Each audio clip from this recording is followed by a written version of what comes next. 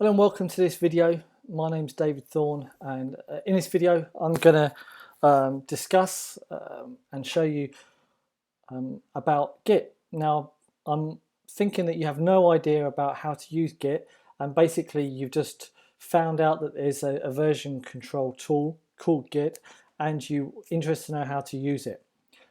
So in this scenario, what you've done is you've created your website, and now you're ready to save it, all right, because it's ready to then be deployed for your customer to see. Okay, so you're inside of the folder, and you see that your huge website here has then index.html, and this is then the information that's within inside of your index.html. Now in order to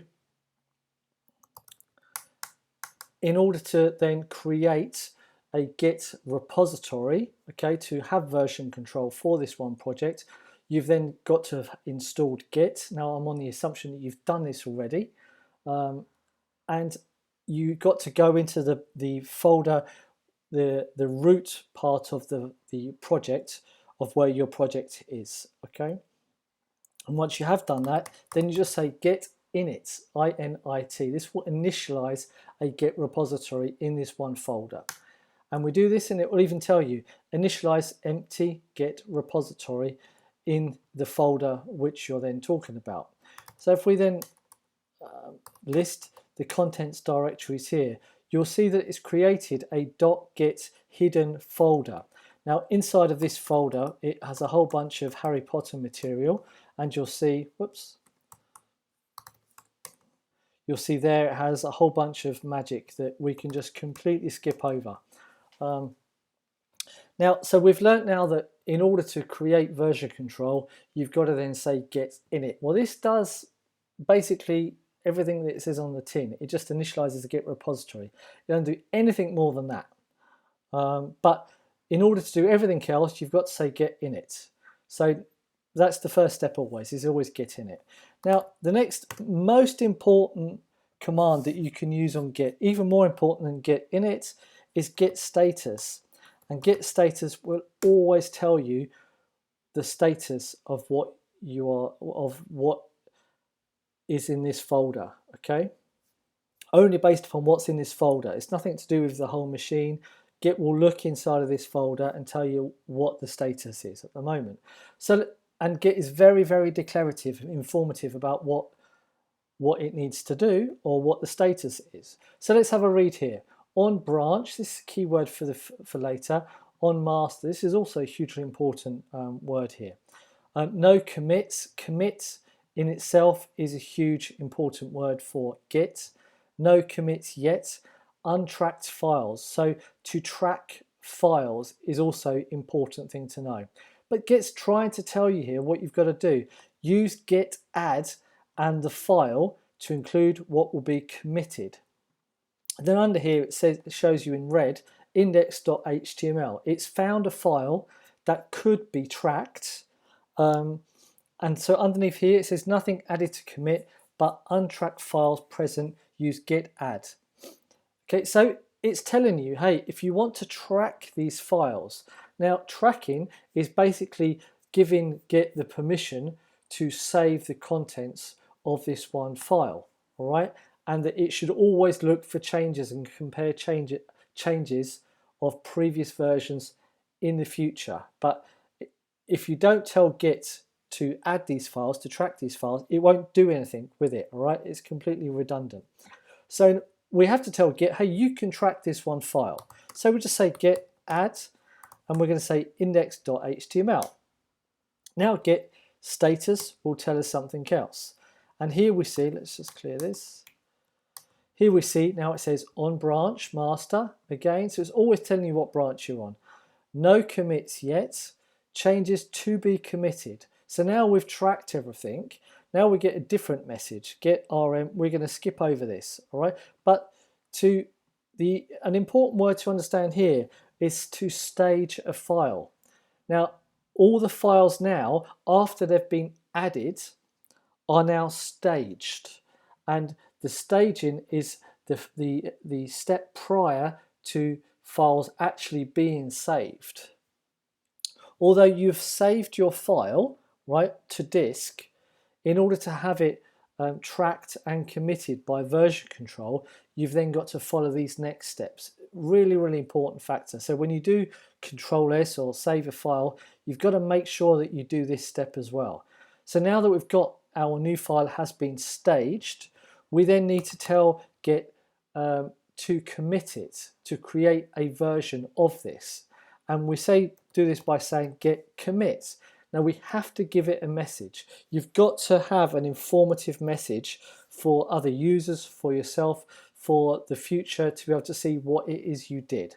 So let's press enter and it'll open up an editor, and in here we then write a description about what it is that we did. And if we read once again what Git's trying to tell us, please enter the commit message for your changes. That's clear. Lines starting with the # will be ignored, just like any comment, and an empty message aborts the commit. So Git is forcing you here to write a message. Okay, it is absolutely forcing you here. This will not be committed without a message. So we'll just say here, initial commit of project. All right, and we'll just dump these other files, these other lines, sorry, and we'll just save this. Now, if we use our favorite command again, status, we'll just clear, and then we'll say status again, and we see on branch master again, nothing to commit, working tree clean. This now means that your work here, as long as you don't delete this one folder or your outer folder, be it this Git folder here, you can delete this index.html file and it's been version control, which means you can get it back without having to use any deletion tools or something like that. It's all been version controlled in here. So the key thing here is never delete this one folder if you really, really need to. So that is potentially it now. So now that you've learned how to use git-init, git-add, git-commit, now let's make a change to the file. So if you can, let's now change this M and this P to be lowercase, and we'll save it, and we'll just update the version here, yeah? And what's our favorite command? Git status. And it will tell you here, on branch master, changes not staged for commit. Now, previously, we had to track the file. Well, Git knows, hey, index.html has already been tracked, but there's been some modifications to this one file. That's what Git is trying to tell you now. And it says here, changes not staged for commit. Git-add file. So it's telling you, use git-add file once again to update what will be committed.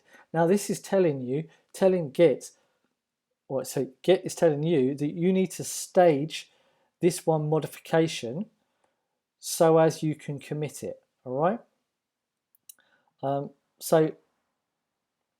It's telling you again here, git-add and or use git-commit-a. Essentially the same thing, but for the time being, we're just going to use git-add and then we're going to use git-commit, all right? So we now need to say git-add index.html, and we'll come here and say git status, and we'll just clear that.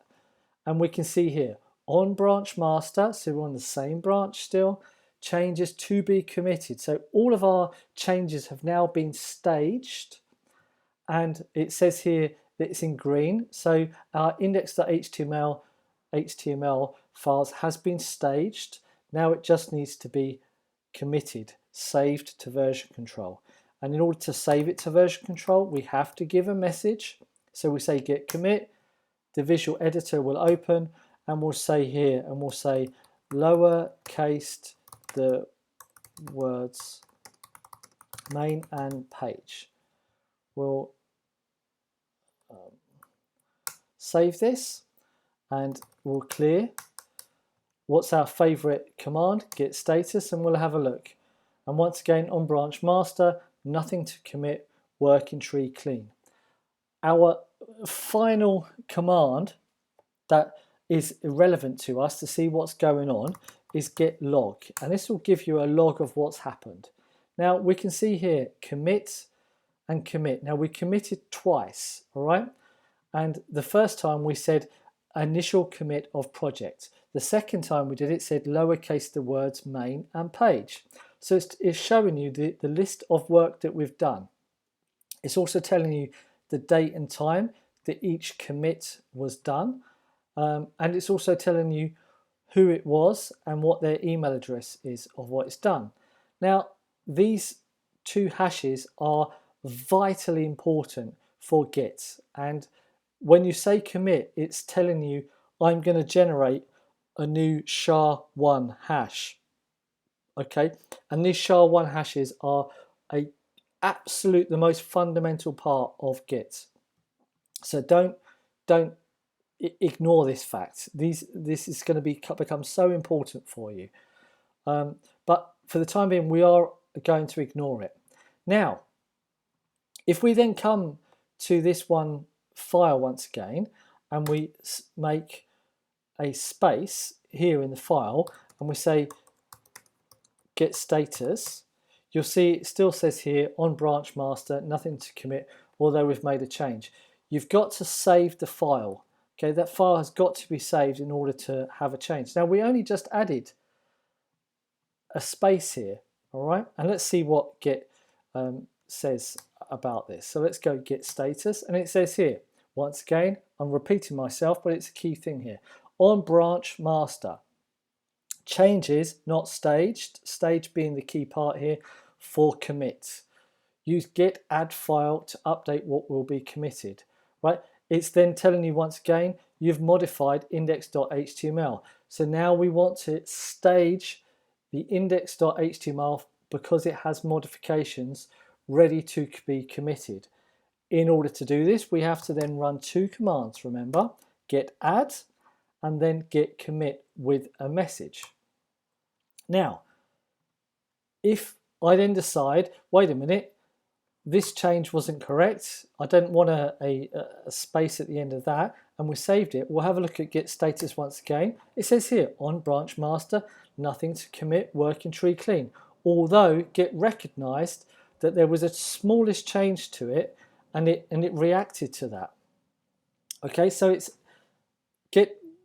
how Git creates and recognizes these changes, we're not going to get into right now. It's very, very interesting, but if we do then make the smallest change and save it, you'll always see that it then tells you, hey, there's been a modification to it, and save it, and it will then tell you once again. All right, so we're going to leave it there, and the next video we're going to talk about this branch, because I keep talking about on branch master, and we're going to talk about this because this is also a vital part of Git itself. Okay, I hope that this has been informative for you. Now, if there is any point in this one video that you didn't understand, right, either go back and watch it again, and if you still didn't understand it, please write a comment. Okay, let me know. Tell me which part, from which second to which second you didn't understand, right? And I will make another video going through it again. There is no shame to ask questions and talk about parts that you did not understand, all right? But I'm going to go through this branching. I'm going to go through, there's some things like this git commit A. I'm going to talk about this later, right? And checkout. I'm going to talk about this later. So don't send questions about this. Just look if there's another video. I will be making videos about these other things. I'm going through this step by step, all right? But if there's something you didn't understand, please write a comment, and I will make the video for you about this one section within Git. All right, that's it.